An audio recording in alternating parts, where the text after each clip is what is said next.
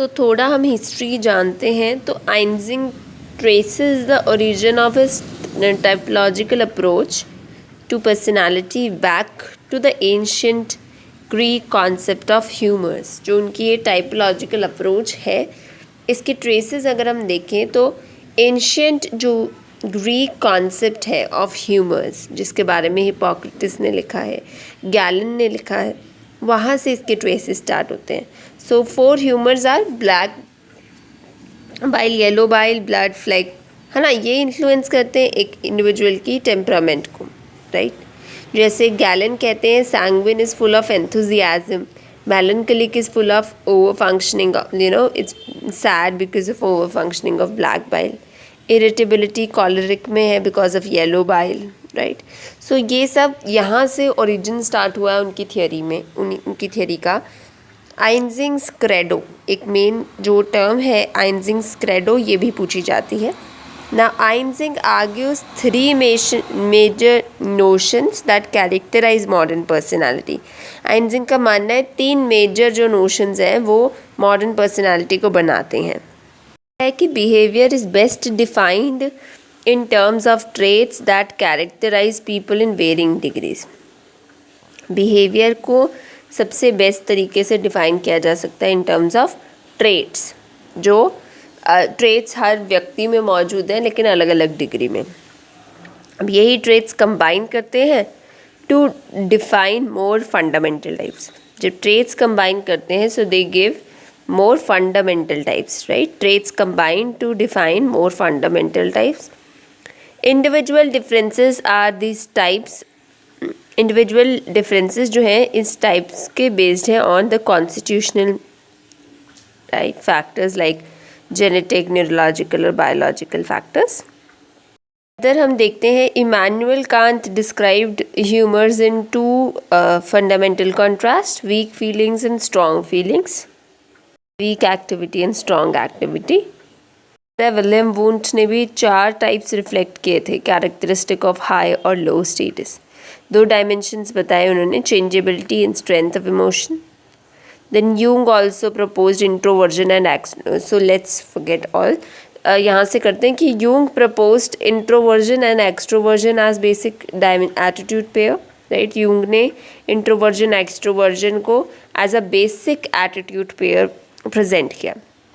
जो आइंजिंग का मॉडल है, it serves to integrate all these models, चाहे वो वुंट का हो, कांट का हो, हिपोक्रेट्स, गैलन, किसी का भी हो। सो सबको इंटीग्रेट किया है and he examined his clients history and uses factor analysis to reveal this 2 bipolar factors. उन्होंने अपने क्लाइंट्स की हिस्ट्रीज़ को एग्जामिन किया और फिर फैक्टर एनालिसिस का यूज़ करके 2 बाइपोलर फैक्टर्स पहले निकाले जो कि थे जनरल न्यूरोटिसिज्म और second was associated with hysterical symptoms. So he further argued that extraversion and neuroticism provided a fundamental structure for describing individual differences in temperament. तो पहले उन्होंने बोला कि हाँ, एक्स्ट्रावर्जन और न्यूरोटिसिज्म ये 2 फंडामेंटल स्ट्रक्चर्स हैं जो कि डिस्क्राइब कर सकते हैं इंडिविजुअल डिफरेंसेस को टेम्परामेंट में। एंड ऑल्सो उन्होंने आइंजिंग पर्सनालिटी इन्वेंट्री और EPQR जो हमने पढ़ा, आइंजिंग पर्सनालिटी क्वेश्चनेयर भी he made, right. Later on he described the 3rd dimension of psychoticism versus impulse control, वो बाद में आया, ठीक है। So Einzig answered the question or causal question कि why an individual exhibits particular set of behavior, right? So उसको study करने के लिए कि एक इंडिविजुअल एक पर्टिकुलर सेट ऑफ बिहेवियर क्यों शो करते हैं और दूसरों से डिफरेंट कैसे हैं, इसको बताने के लिए उन्होंने अपने टाइपोलॉजिकल डायमेंशंस का यूज़ किया और बोला कि कुछ इंडिविजुअल्स इन पे हाई होते हैं और कुछ लो होते हैं। लेट्स सी उनकी 2 एक्सप्लेनेशंस क्या थी।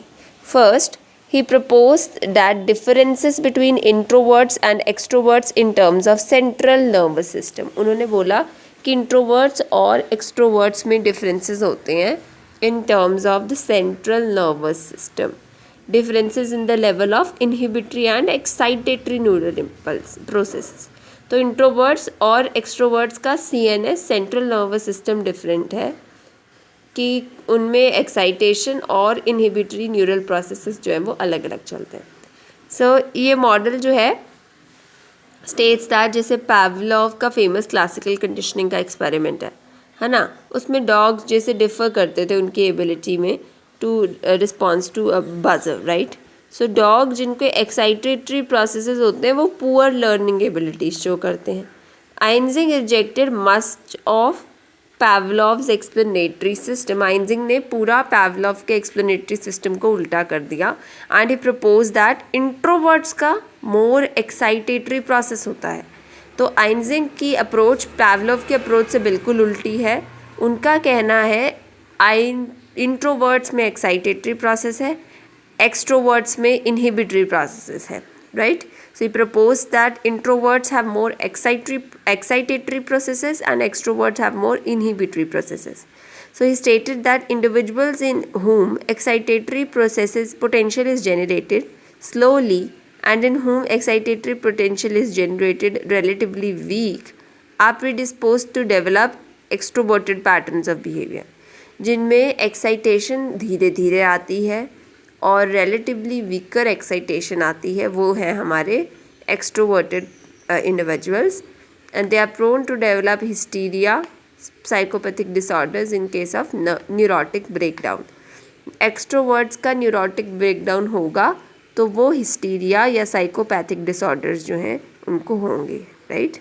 सो extroverts if they will break down if they will have neurotic breakdown they will develop hysteria or psychopathic disorders.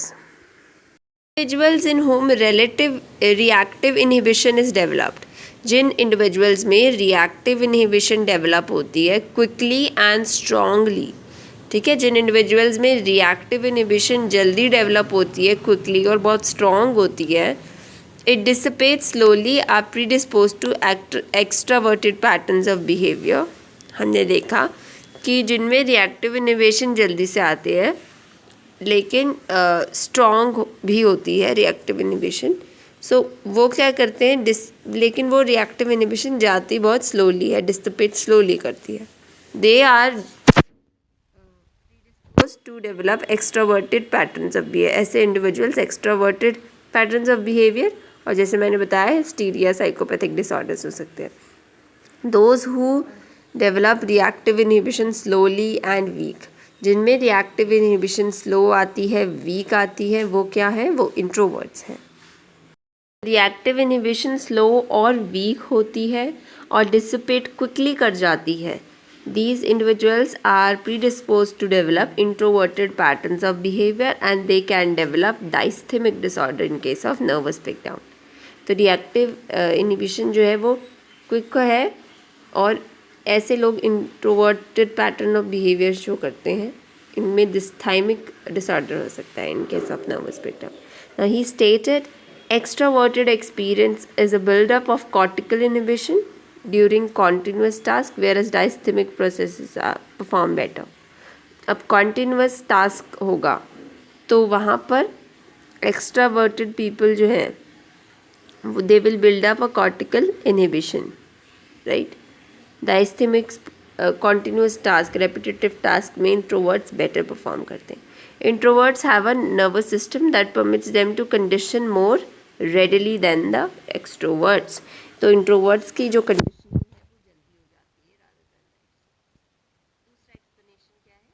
Einstein relates differences between introverts and extroverts to differences in arousal level rather than excitation inhibition.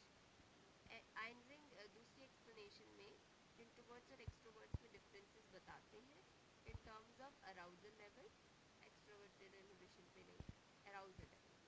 So he localizes the central nervous system structure within which the difference occurs. वो कहते हैं central nervous system में difference आता है. He also provides neurological explanation for observed differences in neuroticism and stability. तो वो एक neurological explanation भी दे रहे हैं, बता रहे हैं फॉर ऑब्जर्व डिफरेंस कि क्यों न्यूरोटिसिज्म और स्टेबिलिटी वाले लोगों में क्यों डिफरेंसेस हैं, तो उसकी न्यूरोलॉजिकल एक्सप्लेनेशन भी है. तो he provided neurological explanation for neuroticism and stability. And उनका कहना है कि अराउजल लेवल जो है वो डिफरेंट है, एक्साइटेशन इनहिबिशन को छोड़ के अराउजल लेवल के डिफरेंस है इंट्रोवर्ट एक्सट्रोवर्ट्स में। And he localise the CNS system structure, मतलब सेंट्रल नर्वस सिस्टम ही वो जगह है जहाँ पर वो डिफरेंस असर करता है। सो उनका मानना है कि जो डिफरेंसेस हैं इंट्रोवर्जन एंड एक्सट्रोवर्जन में to the level of activity, वो हैं बिकॉज ऑफ उनके ARAS रास सिस्टम में डिफरेंसेस हैं, असेंडिंग रेटिकुलर एक्टिवेटिंग सिस्टम में डिफरेंसेस हैं। So he relates differences in introversion and extroversion in the level of activity in ascending reticular activating system, कि ascending reticular activating system में differences होते हैं। तो असेंडिंग रेटिकुलर एक्टिवेटिंग सिस्टम में differences हैं। Activity in ARAS ascending reticular activating system serves to stimulate the cerebral cortex. जो activity होती है अरास में वो स्टिमुलेट करती है हमारे सेरिब्रल कॉर्टेक्स को, leading to higher cortical arousal, और इसके द्वारा हायर कॉर्टिकल अराउजल होता है। So introverts have greater ARAS activity, introverts में अरास एक्टिविटी बहुत ज़्यादा होती है, तो higher level of cortical arousal होगा then extroverts. This serves as a basis for observe differences in introversion extroversion. तो ये एक बेसिस है कि जिसके द्वारा हम डिफरेंसेस बता सकते हैं extrovert and introversion typology. Introverts का लोअर थ्रेशहोल्ड होता है अरास का, मतलब जल्दी से सेंसिटिविटी ज़्यादा होगी तो जल्दी से एक्टिवेट हो जाता है ARAS system then the extroverts. Individual differences in emotionality and neuroticism depends on activity of visceral brain।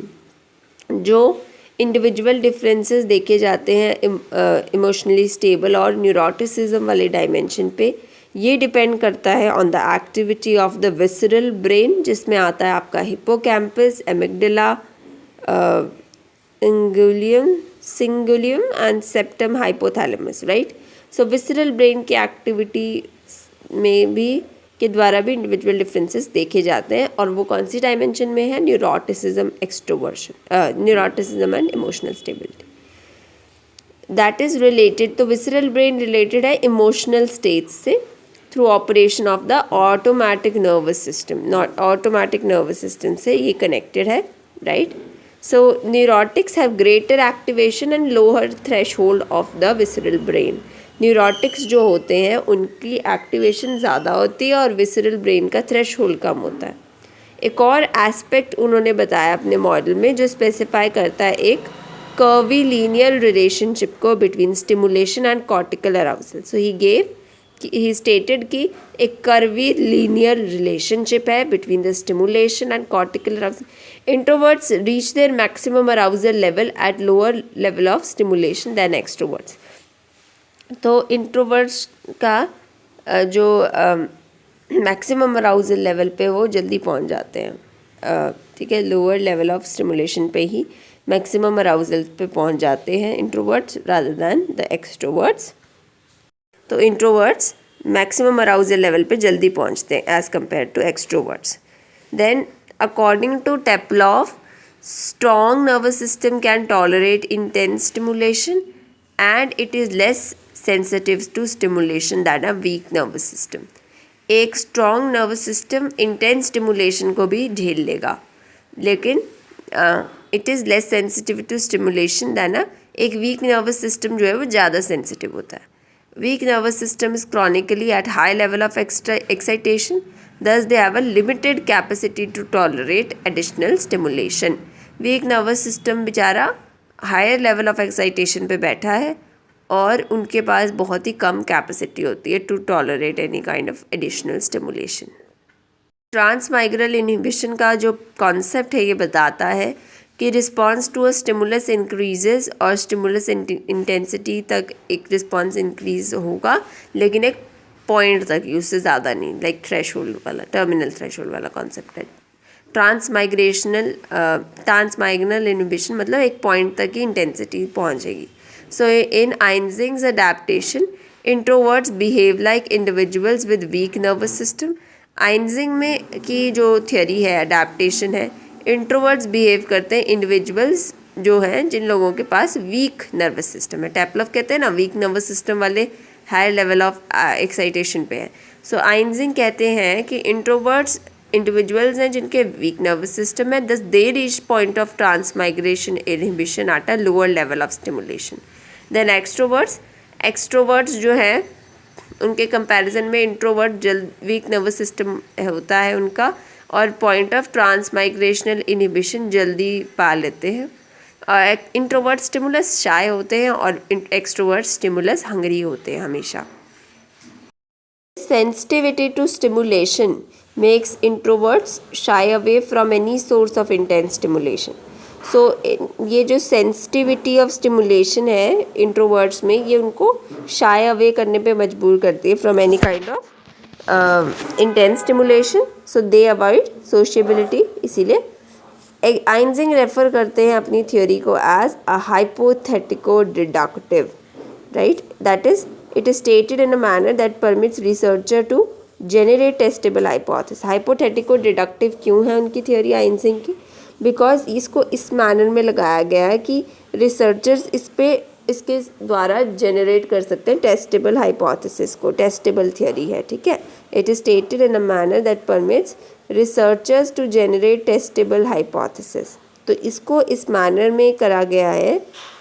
आइंजिंग की थ्योरी जो है hypothetical deductive है because it is stated in a manner that permits the researcher to generate testable hypothesis, ठीक है। hypothesis testable hypothesis बना सकता है researcher इसके द्वारा। आगे है यर्कीज डॉटसन लॉ।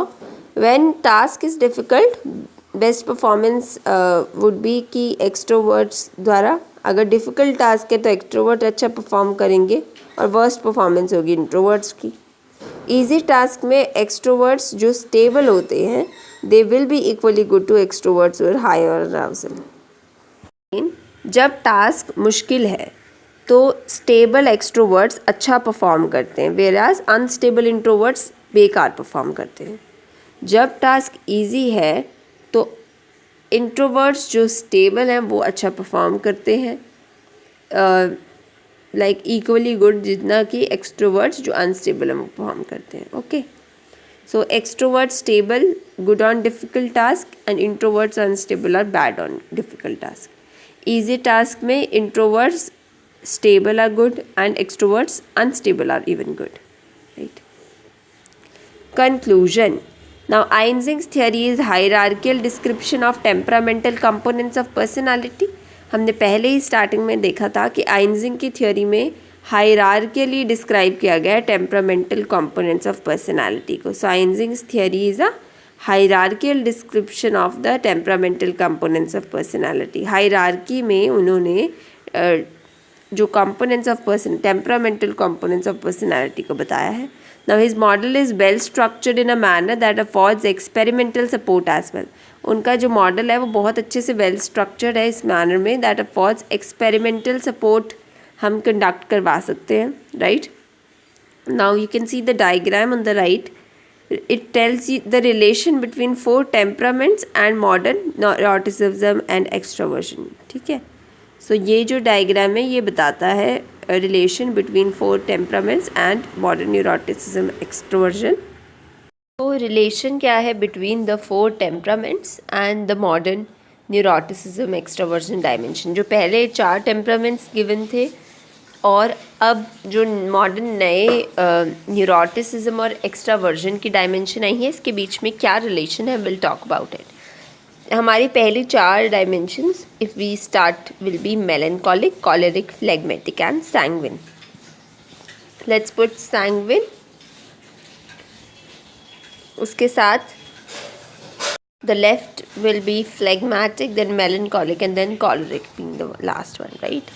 सो सैंग्विन से स्टार्ट करते हुए एक्स्ट्रावर्टेड लोग जो होते हैं वो सैंग्विन में आते हैं। Stable extraverted stable are sanguine.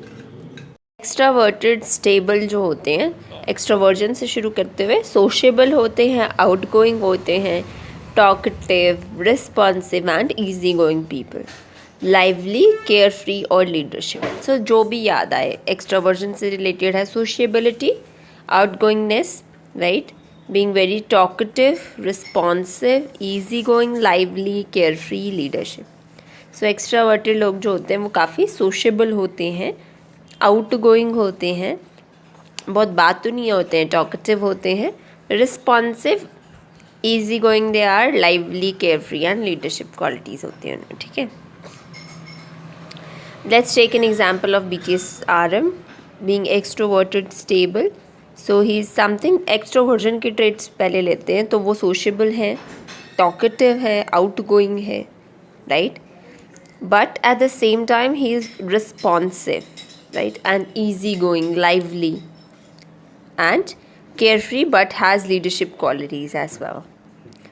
Yeah, sociable, outgoing, talkative, extroverted के traits, but still leadership है, carefree है, responsive है, lively है, easygoing है. Then stable introverts.